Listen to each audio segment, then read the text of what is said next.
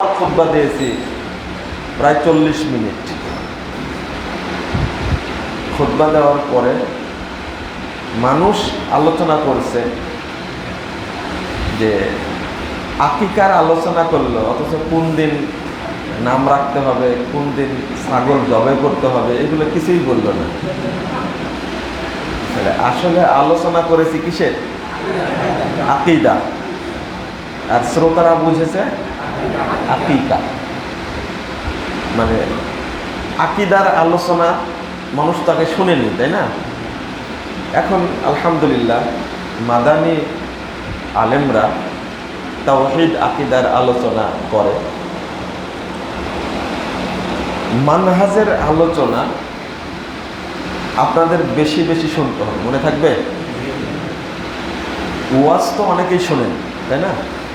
ওয়াজ, পর্দার ওয়াজ খুব শোনেন, নামাজ এর ওয়াজও খুব শোনেন, তাই না? অথচ যেটা শোনার দরকার আগে ওইটাই শুনি না। তো এই দুইটা শব্দ, একটা হলো মানহাজ আর একটা হলো সালাফ, তাই না? একটা মানহাজ আর একটা কি সালাফ, মনে থাকবে। মানহাজ শব্দটা হাদিস দ্বারা প্রমাণিত। সহিহ মুসলিম, এটা 2484 নম্বর হাদিস, মনে থাকবে। হাদিসটা কোন গ্রন্থের? সহিহ মুসলিমের, এটা তো মনে থাকবে। এখানে মানহাজ শব্দটা এসেছে। মানহাজ, মানহাজ মানে প্রশস্ত পথ, সরল পথ, আলোকিত পথ। আর একটা হলো মানহাজ মানে রীতি, পদ্ধতি। আমরা বুঝবো এখানে মানহাজ মানে প্রশস্ত পথ বা আলোকিত পথ, মনে থাকবে। মানহাজ মানে কি? আলোকিত পথ। এটা সরাসরি অর্থ হলো সিরাতে মুস্তাকিম, মনে থাকবে। কি মানহাজ মানে? হ্যাঁ, মানহাজ মানে কি? সিরাতে মুস্তাকিম। আর মানহাজ শব্দের অর্থ কি? দুইটা বলেছি, আলোকিত পথ বা সরল পথ, মনে থাকবে, প্রশস্ত পথ। এই হাদিসের একটা ঘটনা আছে চমৎকার।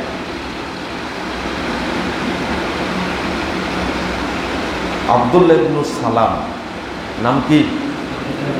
আব্দুল্লাহ ইবনে সালাম রাদিয়াল্লাহু আনহু। তাকে বলা হতো তিনি জান্নাতি সাহাবা, মনে থাকবে। তাকে বলা হতো কি? জান্নাতি সাহাবী। রাস্তা দিয়ে হেঁটে যাচ্ছে, তিনি যখন হেঁটে যেতেন তখন পিছনের লোকজন বলতেন, কেউ যদি জান্নাতি মানুষ দেখতে চাও তাহলে ইনাকে দেখো, ইনি জান্নাতি মানুষ। তো এর পিছনে একটা ঘটনা আছে।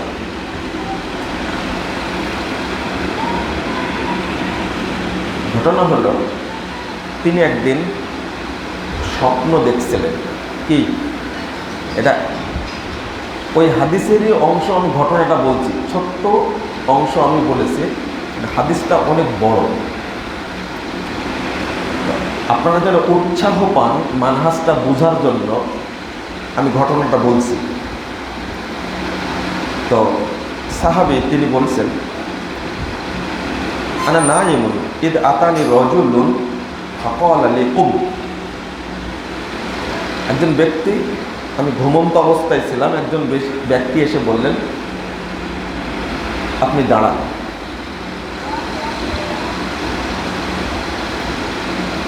ফাআখাযা বিয়াদি, তিনি আমার হাত ধরলেন।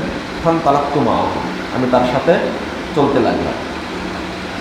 ক্বালা ফাইদা আনা বিজাওয়াদ আন শিমালি, চলার পথে বাম সাইডে একটা পথ ছিল। কি ছিল? পথ। ফাআখাযতু লিআখুযা ফিহা, তো ওই বামের পথ দিয়ে আমি যাওয়ার জন্য ইচ্ছা করছিলাম, বামের পথটা আমি ধরেছি। বুঝতে পারলেন কি? আমি যাওয়ার জন্য বামের পথটা ধরলাম। ফাকালা লি লা তাখুয ফিহা, বললেন আপনি এই পথে যাবেন না, এই পথে যাবেন না।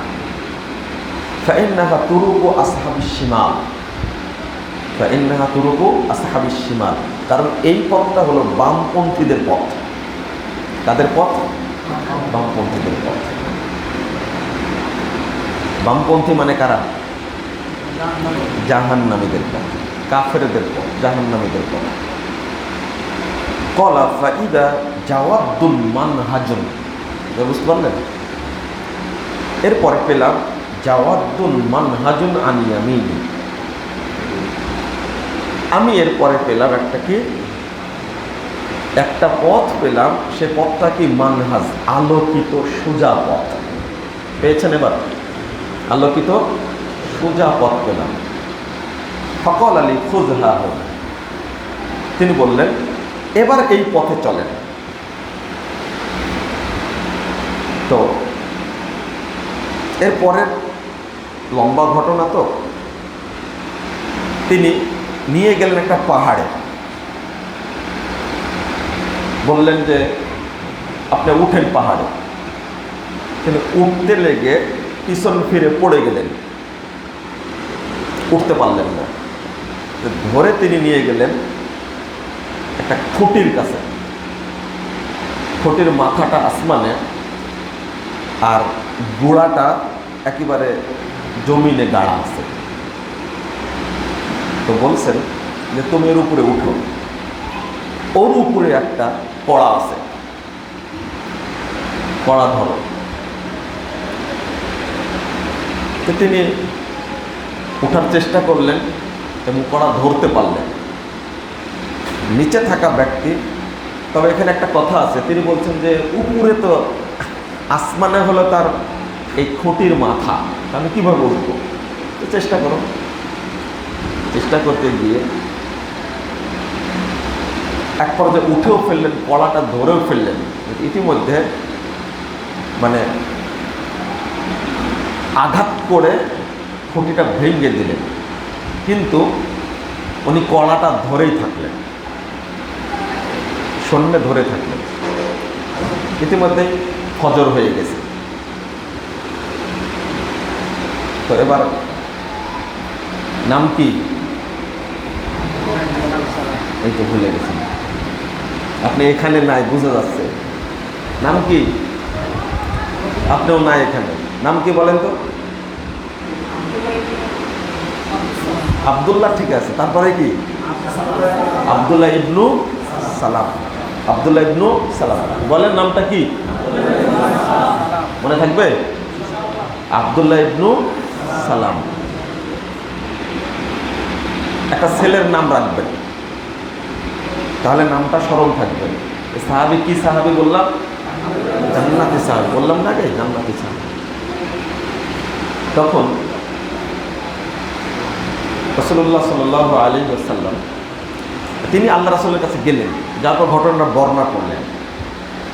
আল্লাহ রাসূল ব্যাখ্যা দিলেন, তুমি যে পথটা ধরেছিলে এই পথটা হলো জাহান্নামীদের পথ, পরে যে পথটা চলেছ এটা হলো জান্নাতীদের পথ। তুরুকু আসহাবিশ শিমাল, মানে রাস্তা তো জান্নাতের কয়টা না? অনেকগুলি, একটাই। তবে এই জান্নাতের পথে চলতে গিয়ে অনেকগুলো আমল আছে, তাই না? এই জন্য আল্লাহ বলছেন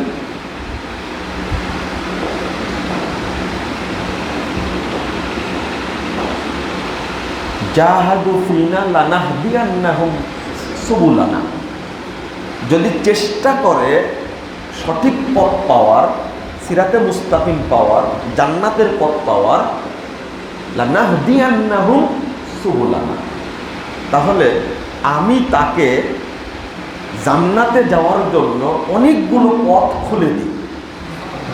এটার অর্থ বুঝতে পেরেছেন তো? এটার অর্থ হলো যে জান্নাতের পথ একটি, তবে এই পথে চলার জন্য অনেকগুলো কি আছে, আমল আছে। কথা বুঝছেন? এই জন্য বলছেন, কারণ হলো কেউ এই পথে চলবে ধীর গতিতে। কথা বুঝতে, রাস্তা কিন্তু একটাই।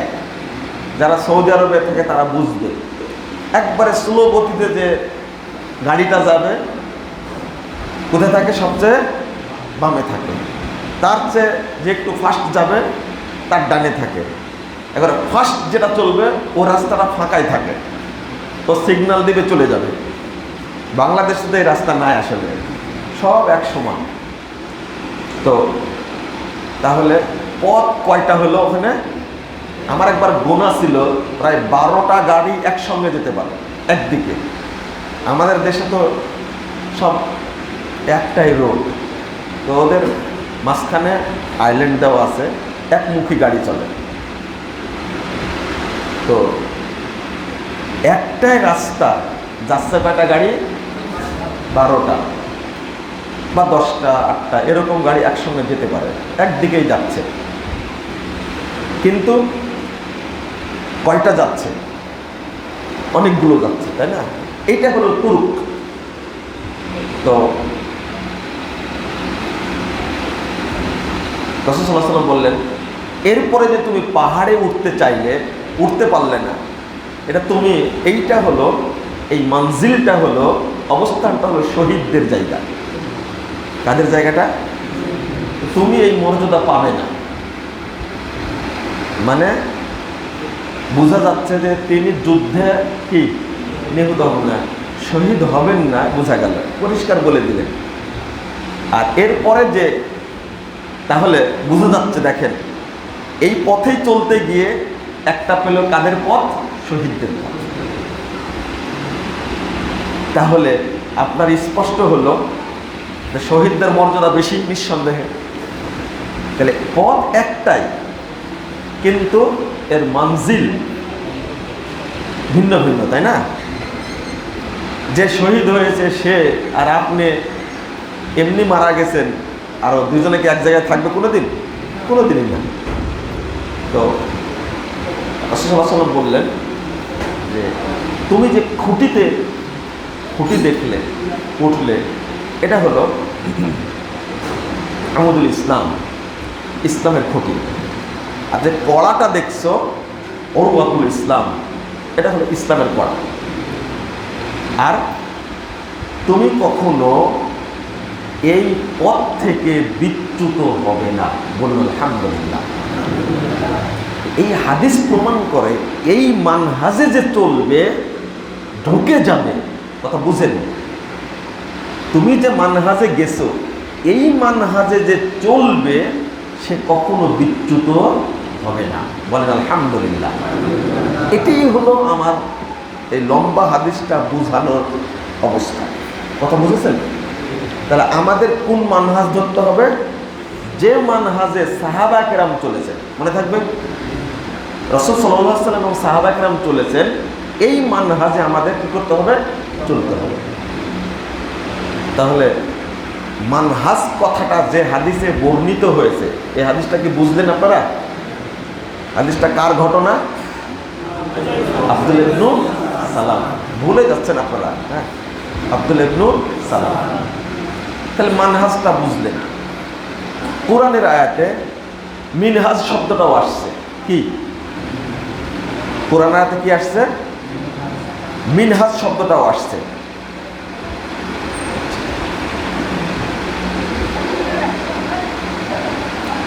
সূরা মায়েদা 48 নম্বর আয়াতের মধ্যে আসছে। মুসনাদে আহমদের মধ্যে হাদিসটা আসছে। ইবনু মাজার মধ্যে হাদিসটা আসছে 3920 নম্বর হাদিস। মুসনাদে আহমদে আসছে 18430 নম্বর হাদিস। তো এবার আমরা বুঝবো মানহাজুস সালাফ। কি বুঝবো? মানহাজুস সালাফ। দ্বিতীয় শব্দ হলো কি? সালাফ। কি দ্বিতীয় শব্দ? সালাফ। সালাফ মানে কি? সালাফ শব্দের অর্থ হলো অগ্রগামী, মনে থাকবে? সালাফ শব্দের অর্থ হলো কি? অগ্রগামী, মনে থাকবে? যারা আগে চলে গেছে তাদের কি বলা হয়? সালাফ। এটা প্রথমত কোরআন থেকেই নেন। কয়েকটা আয়াতে আল্লাহ রাব্বুল আলামিন ফালাহুমা সালাফ, সালাফ শব্দটা কোরআনেও আসছে কয়েক জায়গাতে, এটা হাদিসেও আসছে। সূরা নিসার আপনার 22-23 নম্বর আয়াত, মাইদা 95 নম্বর আয়াত, জুখরুফ 52 নম্বর আয়াত সালাফ শব্দটা আসছে। তো আল্লাহ বলছেন লা ওয়ালা তানকিহু মা নাকাহা আবাউকুম মিনান নিসা ইল্লা মা ক্বাদ সালাফ। সহিহ বুখারীতে হাদিসটা আসছে 6286 নম্বর হাদিস, 6286 নম্বর হাদিস সহিহ বুখারীতে আসছে। রাসূল সাল্লাল্লাহু আলাইহি ওয়াসাল্লাম মৃত্যুর আগ মুহূর্তে ফাতেমা রাদিয়াল্লাহু আনহাকে কানে কানে কিছু বলছিলেন। এটাতে ফাতেমা রাদিয়াল্লাহু আনহা আল্লাহ রাসূলের কে? আল্লাহ রাসূলের কে? আপনারা শুনতে পাচ্ছেন না নাকি? ভালো পরিষ্কার হচ্ছে? পরিষ্কার না হলে তো কথা বলে লাভ নাই। তো যখন কাঁদতে লাগলেন আগের কথা শুনে, তখন আবার ডাকলেন। ডেকে রাসূল সাল্লাল্লাহু আলাইহি ওয়াসাল্লাম আয়েশা ফাতেমা রাদিয়াল্লাহু আনহার কানে আবার বললেন। তখন খুশি হয়ে গেলেন। মা আয়েশা রাদিয়াল্লাহু আনহা বলছেন যে কি বলল, আগে তো কান্নাকাটি করছে, পরে কি খুশি হয়ে গেছে। কি বলেছিলেন রাসূল সাল্লাল্লাহু আলাইহি ওয়াসাল্লাম? তাহলে পরে আল্লাহ রাসূল কি বললেন, কানে কি বললেন, খুশি হয়ে গেলেন কেন? রাসূল সাল্লাল্লাহু আলাইহি ওয়াসাল্লাম বলেছিলেন ফাইন্নী নি'মাস সালাফু আনা লাক, ফাইন্নী নি'মাস সালাফু আনা লাক।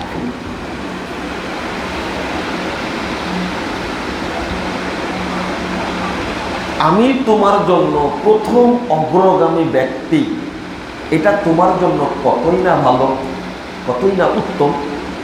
বুঝতে পারছেন? অর্থাৎ আমি চলে যাচ্ছি, এরপরে তুমি প্রথম মিলিত হবে। এই কথা শুনে ফাতেমা রাদিয়াল্লাহু আনহা কি করলেন? খুশি হয়ে গেলেন। তাহলে সবার আগে আমি মিলিত হব আব্বার সাথে, তাই না? এটা হলো আনন্দ। আর তাহলে দুঃখ থাকলো না। তাহলে এখানে রাসূল সাল্লাল্লাহু আলাইহি ওয়াসাল্লাম সালাফ শব্দটা ব্যবহার করেছেন, মনে আছে আপনাদের? মনে হলো কি সালাফ শব্দটা কি করতেন? ব্যবহার করেছেন। সালাফ মানে কি? অগ্রগামী। তাই বলছেন নি'মাস সালাফু আনা লাক, তোমার জন্য আমি প্রথম অগ্রগামী, এটা তোমার জন্য কতই না ভালো। অর্থাৎ আমি যাচ্ছি, তুমিও আমার পর পর যাবে। আমি সালাফ, আমি অগ্রগামী, আমি চলে যাচ্ছি। সালাফ মানে কি হলো? অগ্রগামী, পূর্ববর্তী। তো সালাফরা কারা? রাসূল সাল্লাল্লাহু আলাইহি ওয়াসাল্লাম বলছেন খায়রুন নাসি করনি সুম্মাল্লাযীনা ইয়ালুনাহুম সুম্মাল্লাযীনা ইয়ালুনাহুম। রাসূল সাল্লাল্লাহু আলাইহি ওয়াসাল্লাম বললেন মানুষের মধ্যে শ্রেষ্ঠ মানুষ যারা ঈমানের উপরে ছিল এবং আল্লাহ রাসূলের আদর্শের উপরে ছিল, তারা হলো আমার যুগের মানুষ। বলেন আলহামদুলিল্লাহ। খায়রুন নাসি করনি, আমার যুগের মানুষ সবচেয়ে কি? শ্রেষ্ঠ। সুম্মাল্লাযীনা ইয়ালুনাহুম, অতঃপর আমার পরের যুগের মানুষ। তাহলে কাদের যুগ হলো? সাহাবীদের যুগ। সুম্মাল্লাযীনা ইয়ালুনাহুম, তারপরের যুগে মানুষ। তাহলে শ্রেষ্ঠ যুগ কয়টা হলো? কয়টা হলো? তিনটা। শ্রেষ্ঠ যুগ কয়টা? তিনটা।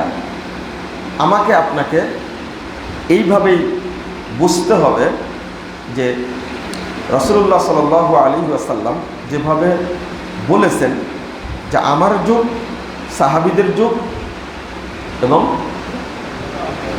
তাবিঈদের যুগ, এই তিন যুগ হলো কি শ্রেষ্ঠ। মনে থাকবে 2652 নম্বর হাদিস, 2652 নম্বর হাদিস সহিহ বুখারীর মধ্যে হাদিসটা এসেছে। তাহলে বোঝা গেল এই তিন যুগের মানুষ হলো আল্লাহর কাছে কি শ্রেষ্ঠ, তাই না? এবার আল্লাহ বলছেন সূরা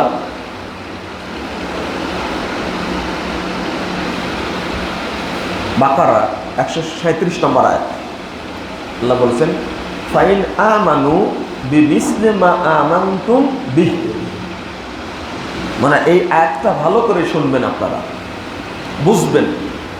আয়াতটা কে বলছেন? কে বলছেন? আল্লাহ। ফাইন আমানু বিমিসলি মা আমানতুম বিহি, তোমরা যেভাবে ঈমান এনেছো এইভাবে যদি তারা ঈমান আনে,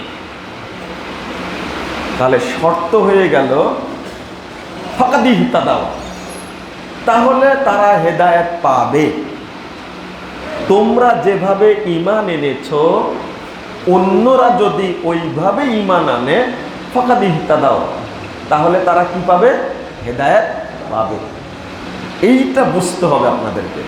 অর্থাৎ ফাইন আমানু বিমিসলি মা আমানতুম, তোমরা যেভাবে ঈমান এনেছো, অর্থাৎ আল্লাহ বুঝিয়েছেন এটা রাসূলের যুগের নেক বান্দাদেরকে, সাহাবীদের যুগের এবং তাবিঈদের যুগের। তারা যেভাবে ঈমান এনেছে তাদের মতো সাহাবী, তাবিঈ এবং রাসূল সাল্লাল্লাহু আলাইহি সাল্লাম যেভাবে ঈমান এনেছেন ওইভাবে যদি আমরা ঈমান আনি তাহলে আমরা হেদায়েত পাব। এবার বোঝা গেছে? গুরুত্বটা বুঝতেন। তাহলে আপনি যদি ঈমান আনেন চরমোনায়ের পীরের মতো হবে, হ্যাঁ?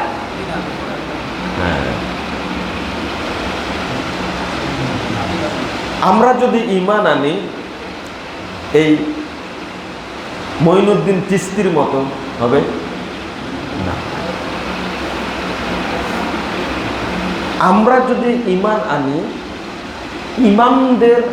ইমামদের ঈমানের মতো, ফকিদের ঈমানের মতো, মুহাদ্দিসদের ঈমানের মতো, তাহলে হবে না। কারণ অনেক মুহাদ্দিস তারা মানহাজুস সালাফের উপরে ছিলেন না। অনেক ইমাম, তারা ইমাম বলি আমরা, কিন্তু মানহাজুস সালাফের উপরে ছিলেন না। আমরা বলি ইমাম গাজালি, বলি না? তিনি সালাফদের মানহাজের উপরে ছিলেন না, কিন্তু বলি কি ইমাম। বুঝা যাচ্ছে? ইমাম গাজালিকে বলি ইমাম, বলি না? তারপরে বলে মানসুর হাল্লাজ, এ হলো সুফি। বায়েজিদ বোস্তামি, এরা কি সুফি। এদেরকে বাংলাদেশে অনেক বড় করা হয়, কিন্তু তারা কি সালাফি মানহাজের উপরে ছিলেন না? সালাফদের মানহাজের উপরে ছিলেন না।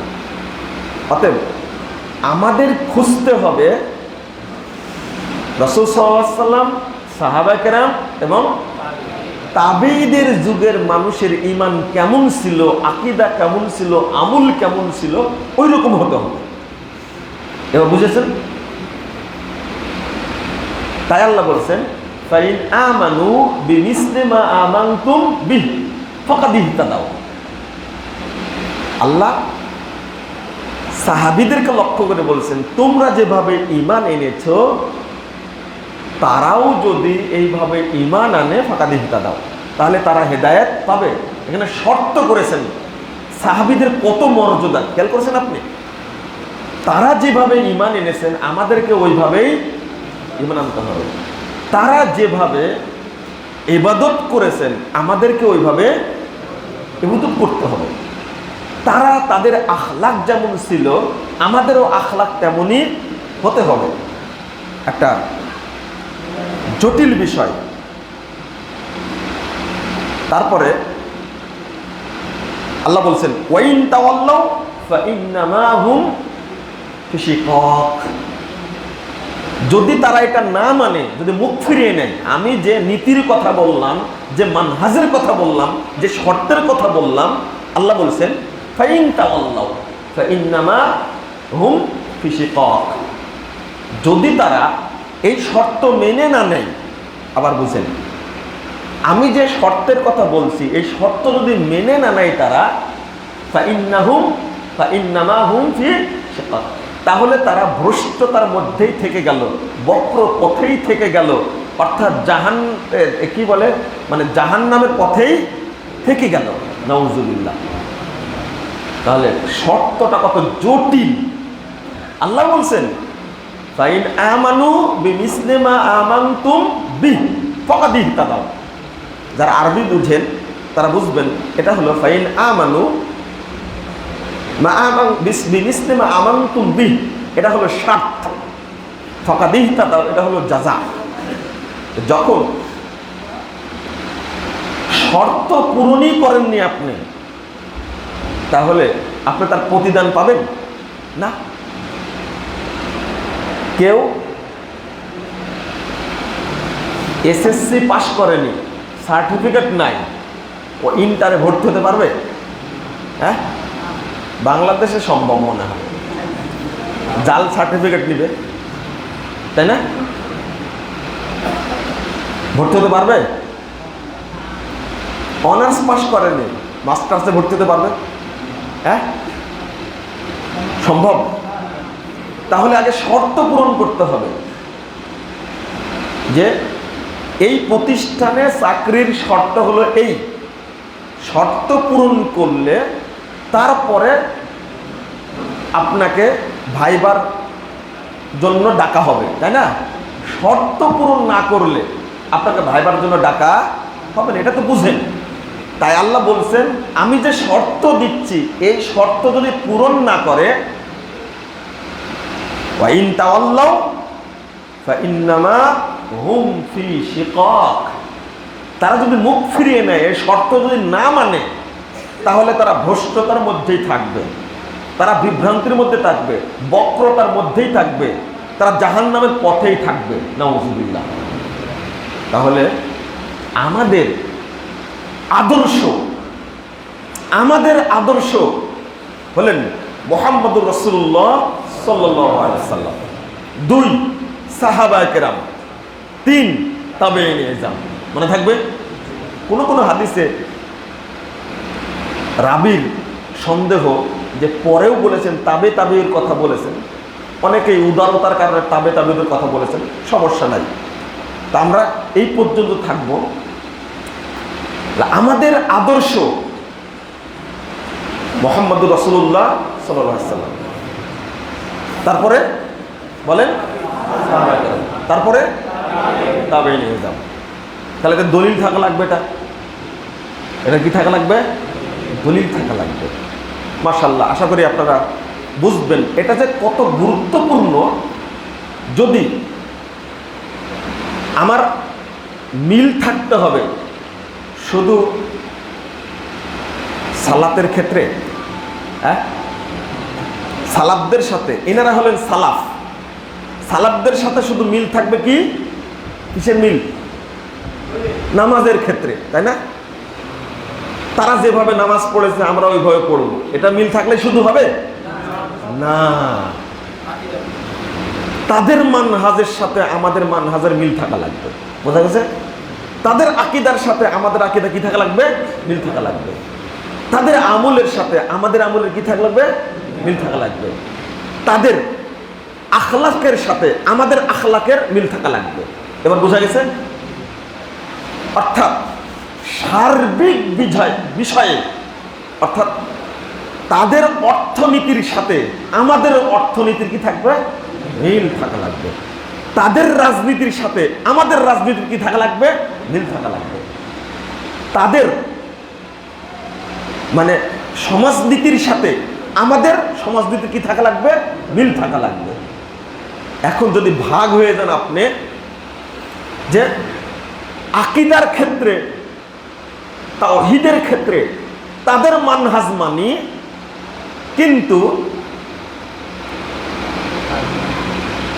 মানে আমলের ক্ষেত্রে তাদের মানহাজকে বাদ দিয়ে আমি কোনো ইমামের মানহাজ মানি, চলবে না, ওটা আউট। এই শর্ত থেকে কি আউট। আবার কেউ বাংলাদেশে আছে এই ধরনের লোক, বুঝেন, আকীদা সুন্দর, আকীদা সুন্দর, আমলও সুন্দর, কিন্তু রাজনৈতিক মানহাজটা হলো শিয়াদের মানহাজ। কি তাহলে ওই লোককে সালাফি মানহাজের বলা যাবে? আপনারা ভাষাটা শুনেন তো, এই ভাষাটা বলবেন, চালু করবেন আপনারা। মুজাফফর বিন মুহসিন এই কোন মানহাজের বলেন তো ভাষাটা? আপনার নাম কি? আতাউল্লাহ। আপনি জিজ্ঞেস করবেন, চিনেন না, নাম দেখে বলবেন আতাউল্লাহ কোন মানহাজের? এই ভাষাটা বলেন তো আপনারা। আমি যেটা বললাম প্রশ্নটা করেন না, আমাকে না, নামটা বলেই বলেন। আতাউল্লাহ সাহেব কোন মানহাজের? মাযহাব না, কি মানহাজ। এই প্রশ্নটা করবেন বেশি বেশি। আপনি বলবেন না আতাউল্লাহর আকীদা কি সহিহ, না, ভুল হইল। তাহলে আকীদা সহিহ হলে শুধু আকীদাই সহিহ, আর মানহাজ যদি সহিহ হয় বেটা, তাহলে ওর আকীদা সহিহ, তাওহীদ সহিহ, আমল সহিহ, ওর রাজনীতির মানহাজ সহিহ, অর্থনৈতিক মানহাজ সহিহ, ওর আখলাক মানহাজ সহিহ। কথা কি বুঝতে পারছেন? তাহলে ওকে মানহাজ কোন মানহাজের ওকে বের করে নিতে হবে। যদি খালি বলেন ওর আকীদা কি সহিহ, তাহলে বুঝবেন যে এই প্রশ্নটা আমার ঠিক হলো না। জিজ্ঞেস করতে হবে কি, এই গোড়া গোড়া গোড়া, বুঝতে পারছেন? মূল মূল, একে জিজ্ঞেস করতে হবে। কারণ বেটা আলোচনা করা খুব সুন্দর, মনে হয় আকীদা খুব স্বচ্ছ পরিষ্কার, আমলও সুন্দর, নামাজ পড়ি দেখেছি আমলও সুন্দর, কিন্তু ভিতরে ভিতরে মানহাজ হলো শিয়া মানহাজ। রাজনৈতিক মানহাজ কি? রাজনীতির মানহাজে সে কি? শিয়া। আর অর্থনীতির মানহাজে সে কারুন। কারুন কেন বললাম? ও সুদী অর্থনীতির বিশ্বাস। কথা বুঝতে পারলেন? তাহলে ওর আকীদা সহিহ হয়ে লাভটা কি হলো? ওর আমল সহিহ হয়ে লাভটা কি হলো? না, চলবে না, আপনারও চলবে না। আপনার আমার দিন কি? ইসলাম। ঠিক আছে তো? সাথে আরো আছে মনে হয়, হ্যাঁ আছে তো, আছে না? এই তো খাইছেন এই জায়গাতে, মুখে বলছেন আমার দিন কি? ইসলাম, কিন্তু সাথে সাথে আরো অনেকগুলি আছে, আরো অনেকগুলি আছে। অর্থাৎ রাজনীতির ক্ষেত্রে আপনি ফেরাউন, অর্থনীতির ক্ষেত্রে আপনি হলেন কারুন, তাই না? অর্থনীতির ক্ষেত্রে কি কারুন আপনি, মানে মানে সুদখোর। আর রাজনীতির ক্ষেত্রে দেখবেন আপনি হয় সেকুলার, অথবা ন্যাশনালিস্ট, অথবা কমিউনিস্ট। কথা বুঝতে পারলেন? তাহলে চিন্তা করেন আপনার দিন কেবলমাত্র কোনটি? একটি না পাঁচটি? বলেন একটা। তাহলে আপনার মানহাজও ঠিক না। আপনার রাজনীতির ক্ষেত্রে আপনার মানহাজ হলো তাগুতি মানহাজ। এবার বুঝলেন কথা? মানহাজ এত জটিল বিষয়, কোনো ছাড় নাই এখানে। কোনো ছাড় নাই। মানহাজের ক্ষেত্রে আপনাকে পরিষ্কার হতে হবে।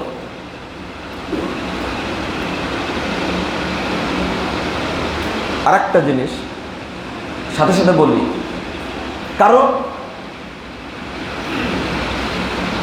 দেখা যাচ্ছে আখলাক একবারে মানে সালাফদের মানহাজ, আখলাকের ক্ষেত্রে কি সালাফদের মানহাজের সে একবারে পাবন্ধ। মানে আখলাক বলছে আপনাকে রিকশাওয়ালা জীবনে আগে সালাম দিতে পারে না, ও আগে রিকশাওয়ালাকে সালাম দেয়। কি চমৎকার বিষয়, চিন্তা করতে পারছেন? আর ব্যবহার কত সুন্দর, নরম আচরণ, কথা বলে তো মনে হয় একেবারে সরল সোজা, কিন্তু এই লোকটা পাক্কা মাজার বোঝায়। কি আছে এরকম? পাক্কা সুফি। একবারে নামাজের ক্ষেত্রে একবারে আজান দেওয়া মাত্র মসজিদে ঢুকে যাবে, আজান দেওয়ার 10 মিনিট 15 মিনিট আধা ঘন্টা আগেই মসজিদে। মানে তার আচরণ দেখে টুপিটা কত পরিষ্কার, পাঞ্জাবিটা আলখেল্লাটা লম্বা, পাগড়িটাও স্বচ্ছ পরিষ্কার, এত নরম, চেহারাটা টসটসে একবারে সাদা ধবধবে, দেখতে ফেরেশতার মতো। কিন্তু এই লোকটা একবারে পাক্কা সুফি বেদাতি এই লোকটা। তাহলে আখলাকের ক্ষেত্রে সালাফদের মানহাজ মেনে কোনো লাভ আছে? কারণ ওর আকীদা খারাপ, ওর আমল খারাপ। আর বাংলাদেশের অধিকাংশ যাদেরকে আমরা উলামায়ে কেরাম বলি, তারা কেউ তাওহীদের আলোচনা শুনে না, কেউ শুনে না, কেউ তাওহীদের আলোচনা শুনে না, আলোচনা করেও না। যারা তাওহীদের আলোচনা করবে না, যারা মানহাজ সম্পর্কে জানে না, তাদের আলোচনা শোনা নিষিদ্ধ, আপনি শুনবেন না। যাদের মানহাজ ভালো না, আহলুর রায় বেদাতি, তাদের কোরআন তেলাওয়াত যতই সুন্দর হোক, কোরআন তেলাওয়াত শোনা নিষিদ্ধ। সেখানে তার বক্তব্য শোনা জায়েজ। বুঝেননি কথা মনে হয়? যেখানে কোরআন তেলাওয়াত শোনা নিষিদ্ধ, সেখানে কি তার আলোচনা, তার খুতবা, তার বক্তব্য শোনা জায়েজ? তাহলে এটাই হলো মানহাজ। কিভাবে বুঝাবো আপনাদেরকে? তো তাহলে এখন বোঝা গেল যে আপনি সালাফি মানহাজের উপরে থাকবেন কিসের ক্ষেত্রে? আকীদার ক্ষেত্রে, তাওহীদের ক্ষেত্রে, আমলের ক্ষেত্রে, রাজনৈতিক ক্ষেত্রে, অর্থনৈতিক ক্ষেত্রে, আখলাকের ক্ষেত্রে, তারপরে আরো শরীয়তের যত বিষয় আছে সবার ক্ষেত্রে এক জায়গায় গিয়ে ঠেকবে যে আমাদের আমলগুলো সালাফদের সাথে মিল আছে কি না। এবার বোঝা গেছে? যদি কোনো ক্ষেত্রে মিল না থাকে তাহলে সেটা কি? বাতিল, ও সালাফি মানহাজের লোক না, অর্থাৎ ও সালাফদের মানহাজের উপরে নেই। কোনো একটি ক্ষেত্রে যদি দুর্বলতা থাকে তাহলে জটিল হয়ে গেল মনে হয়, তাই না? আবার কেউ আছে বাংলাদেশে আছে, মানে তারা স্বীকারই করে, এবং কয়েকদিন আগে একবারে আলোচনায় শুরু করেছে যে বাংলাদেশের 90% মানুষ, অর্থাৎ 90% মানুষ হলো আশআরী মতবাদের। আকীদার ক্ষেত্রে কি? আশআরী, মাতুরিদি। চিন্তা করছেন? অতএব বাংলাদেশের মানুষকে কেউ যদি আশআরী মতবাদের হয়, মানহাজের হয়, আকীদার ক্ষেত্রে বা মাতুরিদি মানহাজের হয়, তবে আমরা তাকে সাপোর্ট করব। তারা স্পষ্ট ঘোষণা দিয়েছে। তাহলে আকীদার ক্ষেত্রে আশআরী আর মাতুরিদি তারা, আমলের ক্ষেত্রে বলে আমরা হানাফি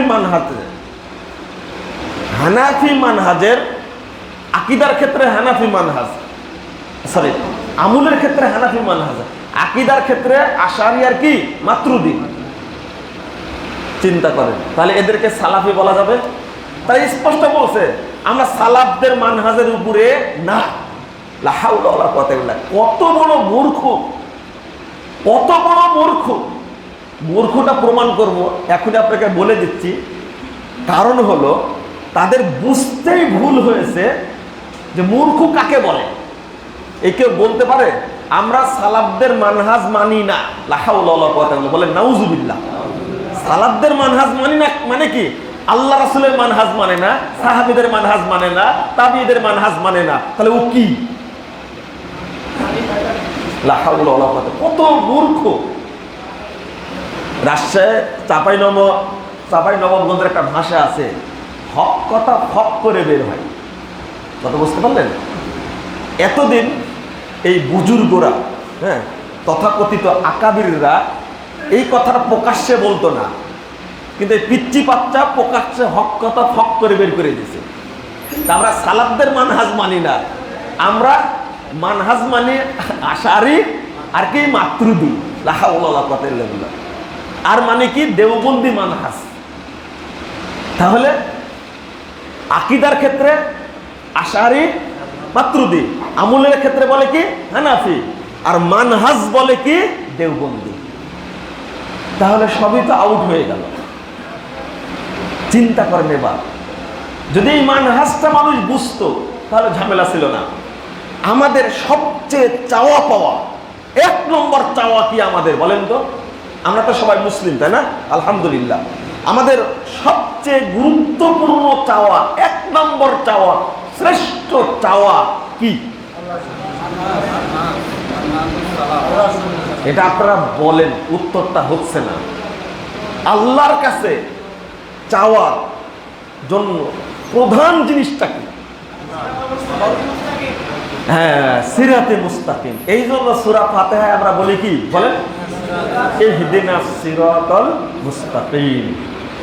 আল্লাহ আমাদেরকে আপনি সোজা সরল পথ দেখান। তারপরে কি বলছেন? আর ব্যাখ্যা দিচ্ছেন আল্লাহ, সিরাতাল্লাযীনা আনআমতা আলাইহিম। আল্লাহু আকবার। আল্লাহ বলছেন, বলে দিচ্ছেন, ব্যাখ্যা দিচ্ছেন কাদের পথ চাইতে হবে? সিরাতাল্লাযীনা আনআমতা আলাইহিম, তাদের পথ দেখান যাদের উপরে আপনি ইনআম করেছেন, অনুগ্রহ করেছেন, তাদের পথ। কাদের উপর আল্লাহ ইনআম করেছেন? সূরা নিসা 69 এবং 70 নম্বর আয়াতটা পড়ুন। আল্লাহ বলে দিচ্ছেন কাদের উপরে আল্লাহ ইনআম করেছেন। আমরা কাদের পথ চাই, কাদের পথে পরিচালিত হতে চাচ্ছি? ওমাইয়ুতিল্লাহা ওয়ার রাসূল ফাউলাইকা মাআল্লাযীনা আনআমাল্লাহু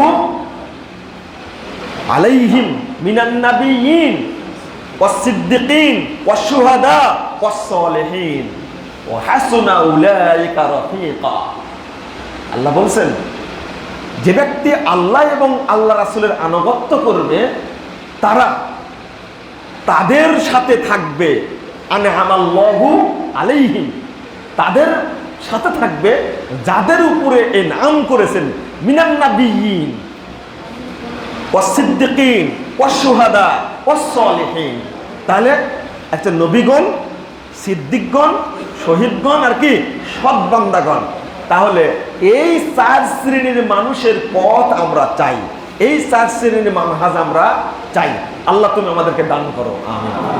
আল্লাহ বলছেন ওয়া হাসুনা উলাইকা রাফিকা, তাদের সাথে থাকা, তাদের সাহচর্য পাওয়া, তাদের সাথী হওয়া কতই না ভাগ্যের বিষয়, কতই না উত্তম। বলেন, নবীদের সাথী হওয়া, সিদ্দিকদের সাথী হওয়া, শহীদদের সাথী হওয়া, সৎবান্দাদের সলেহিনদের সাথী হওয়া সৌভাগ্যের বিষয় না? আল্লাহ বলছেন ওয়া হাসুনা উলাইকা রাফিকা যালিকাল ফাদলু মিনাল্লাহ। আল্লাহ বলছেন এটা আল্লাহর পক্ষ থেকে অনুগ্রহ। অর্থাৎ আল্লাহ অনুগ্রহ না করলে আপনি সিরাতে মুস্তাকিম পাবেন না। আমরা আসলে বুঝতে গিয়ে অনেক কম বুঝি। আল্লাহ রাব্বুল আলামিন বলছেন, বিরক্ত হচ্ছেন? শেষ করে দিই, হ্যাঁ একটু থামেন, আলোচনাটা পূর্ণ হোক ইনশাল্লাহ। কেবল তো মনে হয় 50 মিনিট হয়েছে, তাই না? আচ্ছা, আর একটু বলে ইনশাল্লাহ আমরা শেষ করব আল্লাহ চাহে। তো এখানে আমরা অনুসরণ করব যারা আমাদের পূর্বে চলে গেছে, সালাফ যারা। সালাফ কারা বলেন তো? আপনি বলেন, বলেন সালাফ কারা বলেন, ভুলে গেছেন আপনি বলেন সালাফ কারা? মাশাআল্লাহ, উনি বলতে পারছেন বারাকাল্লাহ ফিক, জাযাকুমুল্লাহ খায়রান। তো সালাফ কারা বলেন? রাসূল সাল্লাল্লাহু আলাইহি ওয়াসাল্লাম, সাহাবা কেরাম, তাবেঈন, তারা হলেন কি? সালাফ। আল্লাহ বলছেন ওয়াত্তাবি সাবিলা মান আনাবা ইলাই। আল্লাহ বলছেন সূরা লুকমানের আয়াত, আল্লাহ বলছেন যে ওয়াত্তাবি সাবিলা মান আনাবা ইলাই, তার পথ আপনি অনুসরণ করুন যে আমার দিকে অগ্রগামী।